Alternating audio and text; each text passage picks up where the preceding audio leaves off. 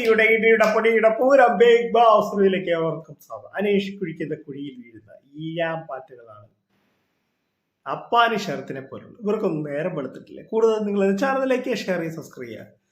കോമണറായി വന്ന് ഏറ്റവും കൂടുതൽ ശ്രദ്ധ നേടിപ്പെട്ട ഒരു മത്സരാർത്ഥിയാണ് അനീഷ്. അനീഷ് അവിടെ വന്ന സമയം തൊട്ട് അദ്ദേഹത്തിന്റെ കാർഡുകൾ ഓരോന്നായിട്ട് ഇറങ്ങി. മറ്റുള്ള പഴയ മത്സരാർത്ഥികൾ ചെയ്ത് അതേ രീതിയാണ് അനീഷ് പിന്തുടരുന്നത്. പക്ഷെ ഞാനിവിടെ പറയാൻ പോകുന്നത് അപ്പാനിയെ പോലുള്ള മണ്ടന്മാരാണ് കാട്ടിക്കൂട്ടുന്നത്. എന്താണെന്ന് ചോദിച്ചാൽ ഈ അനീഷ് ഇവർ ഒറ്റയ്ക്ക് നേരിടാതെ ഇവർ കൂട്ടം കൂടി ആക്രമിക്കുകയാണ്. ഈ ആക്രമിക്കുന്നതോടൊപ്പം അനീഷ് ശ്രദ്ധയെ നേടുകയാണ്. അനീഷിന് അവിടെ സ്ക്രീൻ സ്പേസ് ഉണ്ടാവുകയാണ്. ഈ മണ്ടന്മാർക്ക് അറിയത്തില്ല, പ്രത്യേകിച്ച് അപ്പാനിക്ക് വിചാരം അപ്പാനി ഏതോ ബുദ്ധിമാനാണ്, ഭയങ്കര സെലിബ്രിറ്റിയാണ്, അങ്ങനെയാണ് ഇങ്ങനെയാണ്. അപ്പാനിയുടെ മുഖം കാണുമ്പോൾ തന്നെ അറിയാം ഇച്ചിരി അഹങ്കാരമുണ്ട് അങ്ങേർക്ക്, ഇല്ല ഒരു സംശയമില്ല. എനിക്ക് അപ്പാനി പ്രേക്ഷകരെ ഫാൻസ് തന്നെ ചീത്ത വിളിച്ചു എന്നാലും വേണ്ടിയില്ല, ഞാൻ ഉളവെന്ന് പറയും. അനീഷിന് അവിടെ സ്ക്രീൻ സ്പേസ് നേടാൻ വേണ്ടിയുണ്ട്. ഇപ്പം നോക്കുമ്പോൾ സാധാരണ പ്രേക്ഷകർ നോക്കുമ്പോൾ അനീഷിനെ കൂട്ടം കൂടി ആക്രമിക്കുകയാണ്. അനീഷിന് എങ്ങനെയാണെന്ന് വെച്ചാൽ ഇവരുടെ കൂട്ടം കൂടി ആക്രമിക്കുക, അനീഷിന് അത്ര പിടിച്ചു നിൽക്കാനൊന്നും പറ്റത്തില്ല. പക്ഷെ പുള്ളി പറയുന്ന കാര്യങ്ങൾ പറഞ്ഞുകൊണ്ടേയിരിക്കും. പുള്ളിക്കറിയാം ഇത്രയും പേരിലോട് പുള്ളിക്ക് പിടിച്ചു നിൽക്കാൻ പറ്റില്ല എന്ന് പുള്ളിക്ക് നന്നായിട്ടറിയാം. പുള്ളിക്ക് അത്ര ഉള്ള വാക്സാമർത്ഥ്യമൊന്നുമില്ല. പക്ഷെ ഈ ഗെയിമിന്റെ ഭാഗമായിട്ട് പുള്ളിക്ക് ജയിച്ചേ പറ്റൂ എന്നുള്ള ഒരു ചിന്താഗതി ഉള്ളതുകൊണ്ട് പുള്ളി പറഞ്ഞ കാര്യങ്ങൾ തന്നെ ഒച്ചത്തെങ്ങ് പറഞ്ഞോണ്ടിരിക്കും.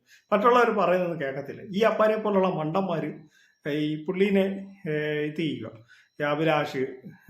അബി, പിന്നെ നമ്മുടെ അപ്പാനി, അക്ബർ ഖാൻ, ഇവരെ പോലുള്ളവരെല്ലാം അപ്പാനിയെ ചുറ്റിപ്പറ്റി ആക്രമിക്കുകയാണ്. എന്ന് വെച്ചാൽ ഇവർ കൂട്ടം കൂടി ഇപ്പം ഇങ്ങനെ സ്ഥിതി വന്നിരിക്കുന്നത് വെച്ചാൽ അപ്പാനിയും കൂട്ടരും ഒരു ഭാഗത്തും ഈ അനീഷ് ഒറ്റയ്ക്കായിട്ടാണ്. പക്ഷെ അനീഷിന്റെ ഗെയിം എന്ന് പറഞ്ഞ ഒറ്റപ്പെട്ട സാഹചര്യമാണ്. ശ്രദ്ധ നേടാൻ വേണ്ടിയാണ്, മറ്റുള്ളവരിലേക്ക് എത്തണം. ഇപ്പൊ അദ്ദേഹം പ്രേക്ഷകരിലേക്ക് എത്തിയിട്ടുണ്ട്. അദ്ദേഹം ഫൈനലെത്തുമോ 100% ഉറപ്പാണ്. ഈ മണ്ടന്മാർക്ക് അത് മനസ്സിലായിട്ടില്ല.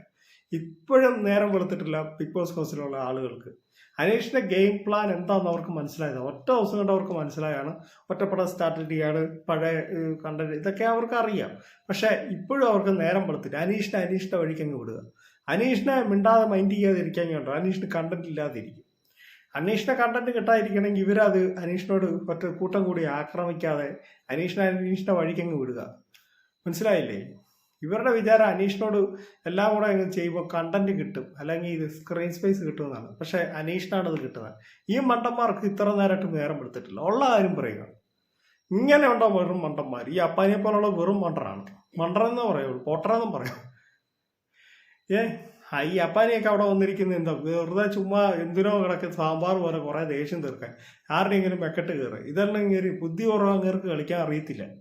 അനീഷ് അതല്ല ചെയ്യുന്നത്. അനീഷ് ബുദ്ധിപൂർവ്വമാണ് അവിടെ കളിക്കുന്നത്.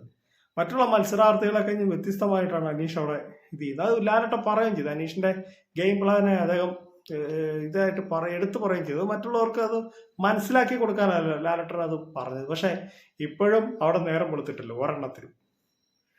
അനീഷിന്റെ വഴിക്കങ്ങ് വിടുക, അതാണ് നിങ്ങൾ ചെയ്യേണ്ടത്. അനീഷ് അവിടെ എന്തെങ്കിലും പറഞ്ഞോട്ടെ, അത് ഏറ്റുപിടിക്കാൻ പോകാതിരിക്കാൻ അനീഷിന് കണ്ടന്റ് ഇല്ലാതാവും. പിന്നെ അനീഷ് അവിടെ താഴെ ഇതാവും. ഇതറിയത്തില്ല അവിടെ പലർക്കും.